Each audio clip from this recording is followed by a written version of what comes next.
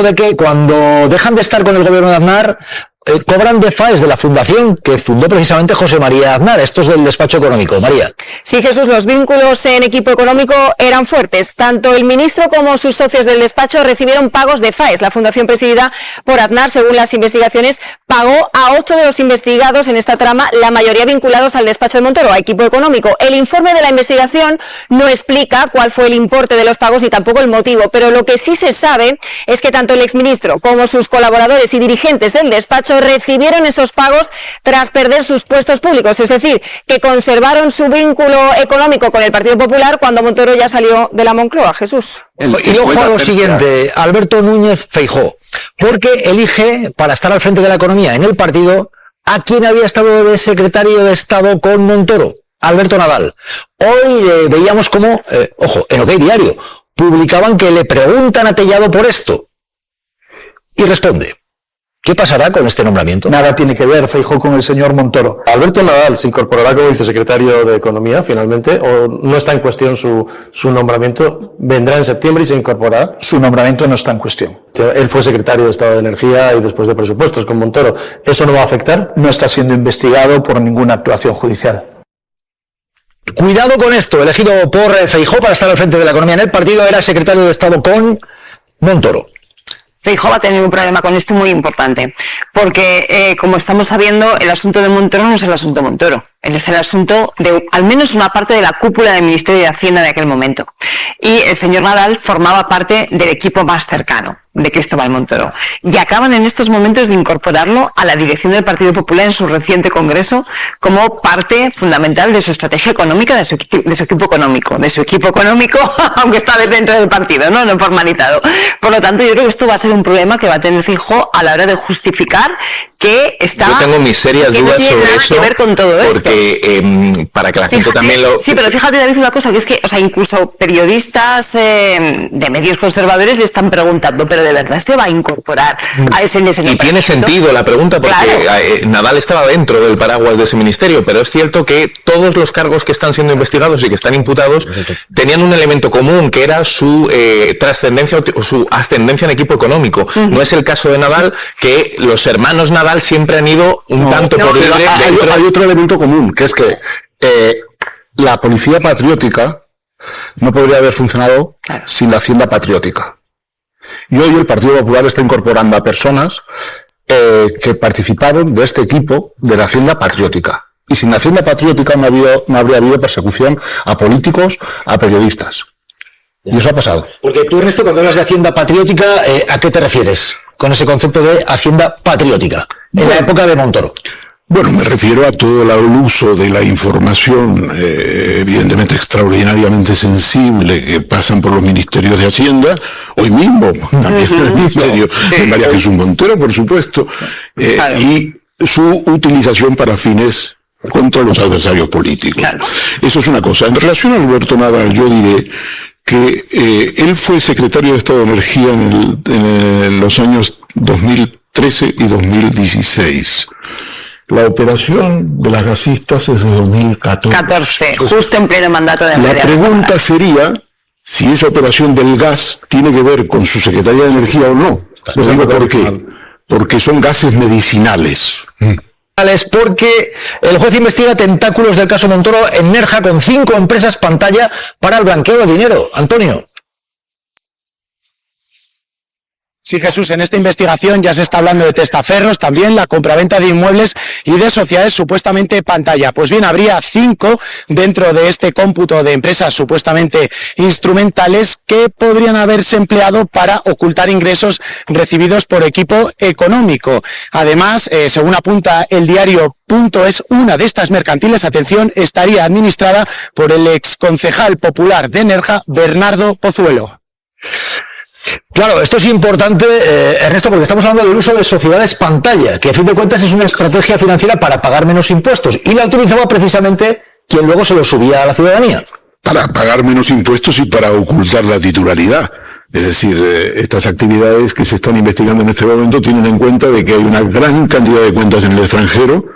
Las cuentas en el extranjero están a nombre de las principales personas, son los beneficiarios de las principales personas de equipo económico, y luego se están investigando muchas propiedades, algunas en Nerja y algunas en las cuales participó nuestro honorable Romero de Tejada. Usted que era peso fuerte del Partido Popular con Esperanza Aguirre. Y con Rato. Y con Rodrigo Rato. Rato. Ya estamos todas, entonces. Así es. ¿Ha sonado la rana? Sí. La rana. ¡Ay, Cristóbal! ¡Ay, Cristóbal! ¡Ay, Cristóbal! Semana estamos viendo cómo el Partido Popular se sigue investigando en cómo utilizaba el BOE en beneficio propio. Unos, el presidente Pedro Sánchez, en un gobierno de progreso para la mayoría social de nuestro país, utilizamos el BOE, mientras que el Partido Popular estaba utilizando el BOE en beneficio de unos pocos. La compra de leyes para todos aquellos que se las pudieran comprar en beneficios fiscales para ellos solos. Es el caso Montoro, es uno más de los que ya conocemos dentro del Partido Popular cuando están al frente de las instituciones. Y el señor Feijóo no puede mirar hacia otro lado, porque es el presidente del Partido Popular, el presidente de un partido que tiene ya más de 30 juicios pendientes todavía de juicio y de sentencia, que lo conoceremos a partir de septiembre, ese calendario. Conocemos el caso Gürtel, la financiación en B, hemos conocido el caso Kitchen, que es todo el Ministerio del Interior imputado, y ahora el caso Montoro, con la gravedad que tiene, si se confirma, de la implicación de la cúpula del Ministerio de Hacienda. Y no puede mirar hacia otro lado, porque esta semana, como digo, hemos sabido también que el señor Feijóo, cuando era presidente de la Xunta, había pagado 170.000 euros en estudios a equipo económico, a ese gabinete vinculado al señor Montoro. Y queremos saber, y el señor Feijóo tiene que dar explicaciones del por qué se pagó ese dinero, para qué se utilizó ese dinero y qué conclusiones se sacaron. ¿Fueron para hacer beneficios fiscales también a empresas en la Xunta? Queremos saberlo. ¿Esos estudios fueron vacíos, como estamos viendo ahora en los currículums del Partido Popular, que los están modificando? Pues queremos saberlo y tienen que dar explicaciones. El caso Montoro no es un caso del pasado del Partido Popular, sino que es del presente. El mismo señor Feijóo nos trae al presente al señor Aznar, al señor Rajoy, y él mismo se ponen en una foto. Esa foto no es casualidad. Esa foto es una confesión de que la política fiscal del Partido Popular es la modelo Montoro. Lo hizo Aznar, privatizando todos los servicios públicos, incluso él mismo ha llegado a decir que se quedó corto y que le faltó tiempo, para concentrar el poder en unos pocos. Lo hizo el señor Rajoy, recortando los servicios, haciéndoos pagar a la gente mayores impuestos, y mientras se regaló dinero a los bancos, mientras hacían amnistías fiscales, y ahora, si se comprueba, estamos viendo cómo se regalaba, cómo se vendían las leyes en el BOE a cambio de beneficios fiscales. Y también lo hace el señor Feijóo, lo hizo en la Xunta de Galicia cuando él era presidente de la Xunta. Tiene a equipo económico personas vinculadas al despacho de Montoro en su asesoramiento fiscal. Lo podemos comprobar en las votaciones que se dan al Congreso, en el cual el señor Feijóo siempre vota en contra de aumentar la fiscalidad a los poderosos. Lo hemos visto ahora en la votación del decreto antiapagones, donde también estamos conociendo que detrás estaba gente vinculada a Montoro en estas votaciones. Lo hemos visto porque han elaborado su programa electoral, y también la última ponencia que aprobaron ahora en el Congreso del Partido Popular. Así que el señor Montoro no es pasado, es presente, y le exigimos al señor Feijóo que nos dé las explicaciones necesarias en estos casos tan graves que estamos conociendo, porque al final, como decíamos siempre, el presidente Sánchez y el Partido Socialista somos un partido que nos presentamos y dijimos que éramos autónomos de estos grandes poderosos, mientras que el Partido Popular de siempre ha estado supeditado a sus intereses. Antes lo decíamos y teníamos razón, pero es que ahora tenemos las pruebas, con lo cual queremos decirles a nuestros compañeros de La Palma que es que el problema no es que caiga España, sino que el problema sería que cayera otra vez en manos de toda esta gente, porque lo que hace es beneficiar, legislar siempre para los mismos, bajar los impuestos a los poderosos, subir la fiscalidad y recortar a la mayoría social de la gente. Ese sería nuestro mayor peligro. Y vamos con esto y con más, pero vamos a ver, Raquel. ¡Hombre, que Raquel Hermás, que has vuelto, pero ojo que esto de Montoro tiene mucha tela que cortar. ¿Por qué? Pues vamos a ver, yo me fui de vacaciones y cuando vuelvo me entero que este señor Montoro, aparte de ser ministro de Hacienda, Jesús, era ministro del majujeo. Que digo yo, ¿de verdad? ¿Mi Montoro? ¿Cómo puede ser con esa cara de buena persona que tiene, Jesús? Esa sonrisilla. Míralo. ¿Cómo?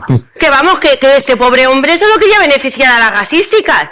Audiencia, la gasística no es una señora con problemas de gases, ¿vale? Que por desgracia tirarse peo, Jesús, no desgrava, si no más de uno y más de dos no saldría la renta de volver, ¿eh? No, él beneficiaba a la gasística y me he enterado que también a toda empresa tocha que se le pusiera por delante. Montoro trataba a las empresas como una abuela de pueblo trata a sus nietos. Les decía, mi niño, ¿qué te pasa? ¿Qué quieres? ¿Una ley a medida? Toma una ley a medida para ti. ¿Qué quieres? ¿Desgrabarte cositas? Desgrábate todas las cosas que tú quieras. ¿Qué más quieres? ¿Un huevo frito para el camino? También te lo hago. Eso era muy nuestro.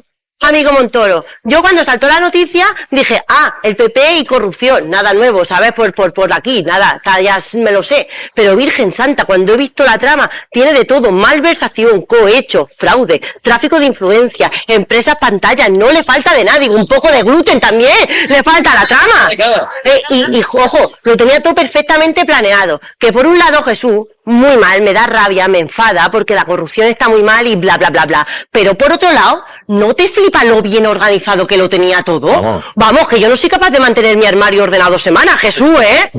Y mira a este señor qué pedazo de mafia ha hecho así en un momento y solo manejando bien el Excel. Presuntamente. Te encaloma. Presuntamente, no me encalome, Montoro. Te digo yo, mientras tanto está Jesús el PSOE que no se la cree, también te lo digo. En su peor momento con Cerdán en el trullo sale este bimbaso, digo, toma ahí. Si yo algún día me encuentro a Pedro Sánchez, Jesús, le voy a pasar un décimo por la chepa porque no es normal que este hombre caiga siempre así de pie. En fin, ahora resulta que la persona con más cara de malo del gobierno ¡era malo! ¡Qué sorpresa! El tío sonreía porque era feliz, digo, claro, con el dinero, los meleines, sus cositas. Lo malo es que mientras este tío se llenaba el bolsillo, al resto nos decía que nos teníamos que apretar el cinturón. Y resulta que Jesús lo que nos teníamos que apretar era la cartera para que no nos la robara. Como diría mi abuela, Montoro eres más listo que un reloj, pero más malo que la esquina y el granizo juntos. Lo tiene claro Lucía Carán enseguida porque quiere hablar de Montoro. Porque Montoro, entre otras cosas, atacó a Cáritas por los informes sobre la pobreza. Por eso precisamente conocí yo a Sor Lucía Carán en aquellos años, porque estaba que rabiaba con Montoro. Sor Lucía Carán, que además esto no es un montaje, el fondo es el Vaticano. Está en el Vaticano para hablar de Montoro. Sor Lucía, la campana. Sor Lucía, ¿qué tal? Buenas tardes. ¿Qué tal? ¿Cómo estamos, Jesús? Muy bien, bueno, recordando los tiempos de Montoro, el famoso informe de la pobreza de Cáritas, el que explicaba la situación dramática que estaban los niños en España, 1 de cada 3 niños en exclusión social, con el informe de Cáritas Internacional hablando de la pobreza en España. Y como a Montoro no le gustaba que se dijera la verdad, inmediatamente después que se publicó el informe de Cáritas, estaba terminando su presidencia en el episcopado español, el cardenal Ronco, vínculos entre el gobierno y la iglesia fuerte en ese momento. La iglesia no contestó, a pesar de que Montoro llamó a confesión a Cáritas para decir que estaban creando una alarma social y que hacían unas estadísticas que no eran reales. Cáritas en ese momento no respondió y yo recuerdo que me quedé bastante sola con un hashtag que puse Montoro miente cuando negaba esto. Fue cuando nos conocimos contigo, Jesús, y mañana 4 dimos voz a la pobreza infantil en España. Montoro mentía y sigue mintiendo. Fue porque Montoro dijo esto que vamos a ver, entre otras cosas. Montoro decía que los informes de Cáritas que reflejaban la pobreza en España, el ministro de Hacienda decía que no eran correctos. Montoro decía. Son informes de contenido y de medición puramente estadísticos. La mezcla de conceptos, no insistirles en que provoquen un debate que realmente no se corresponda con la realidad. He tenido la oportunidad de explicárselo a los representantes de Cáritas. Han estado de lo más razonable, pero luego siguen haciéndolas, ¿no? Sor Lucía, nada, de forma concisa, porque el sonido no es el mejor y además hablaremos con mejor calidad, incluso está invitada a venir a este plató, pero sí le pregunto, cuando ahora ve a Montoro imputado por corrupción, ¿qué piensa Sor Lucía? Pienso que quien mentía en este momento y quien tapaba las vergüenzas del gobierno era ya un mentiroso compulsivo y que es importante que se descubra a los que mentían, a los que robaban y a los que sobre todo utilizaban sus argumentos para silenciar una situación dramática como era y como es la de la pobreza infantil en este país, ¿no? Con lo cual creo que la justicia tiene que llegar hasta el final y que quede blanco sobre negro sobre la realidad de lo que había, de lo que hay, y que en este caso sea Cáritas quien pueda confesar a Montoro y pedirle que de todo lo que se apropió que no era suyo y de todas las malversaciones que hizo, que las devuelva y que la infancia en España pueda vivir con más dignidad de la que vivía en su época y con sus artimañas. Bueno, Sor Lucía, dejamos ya que nos contará, espero que pronto, la semana que viene, la anécdota de cuando se encontró con Montoro en un avión. Eso lo vamos a dejar, no lo cuente, lo contaremos en Malas Lenguas. El técnico de Hacienda, ¿cómo le deja esta decisión? El juez considera que el exministro de Hacienda, Montoro, no cometió delito al acceder a datos secretos. Incluso había rivales políticos. Hay gente que dice que va a seguir su acción en la justicia como monedero, incluso rato, porque dicen que que accedió a sus datos. ¿Esto qué le parece, el hecho de que pudiera acceder el ministro a datos sensibles?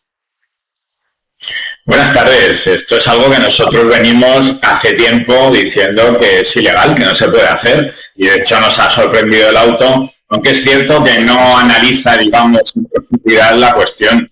Se limita a decir que puede acceder porque es el superior jerárquico del secretario de Estado de Hacienda, que es el presidente de la agencia tributaria, y que en ese sentido puede acceder a los datos. No hace referencia al artículo 95 de la Ley General Tributaria, que lo dice muy claro. El artículo 95 dice que tienen carácter reservado los datos, antecedentes, informes que conozca la agencia tributaria y que solo se pueden utilizar para la aplicación efectiva de los tributos, de los recursos que gestione la agencia tributaria y para la imposición de sanciones. Y es evidente que el ministro no iba a imponer sanciones ni iba a levantar ningún acta a ningún contribuyente. Por tanto, esto es evidente que no puede acceder a ello. El artículo 95 establece unas excepciones, establece hasta 14 casos en los cuales se puede acceder a esa información. Y no es ninguno de estos, desde luego.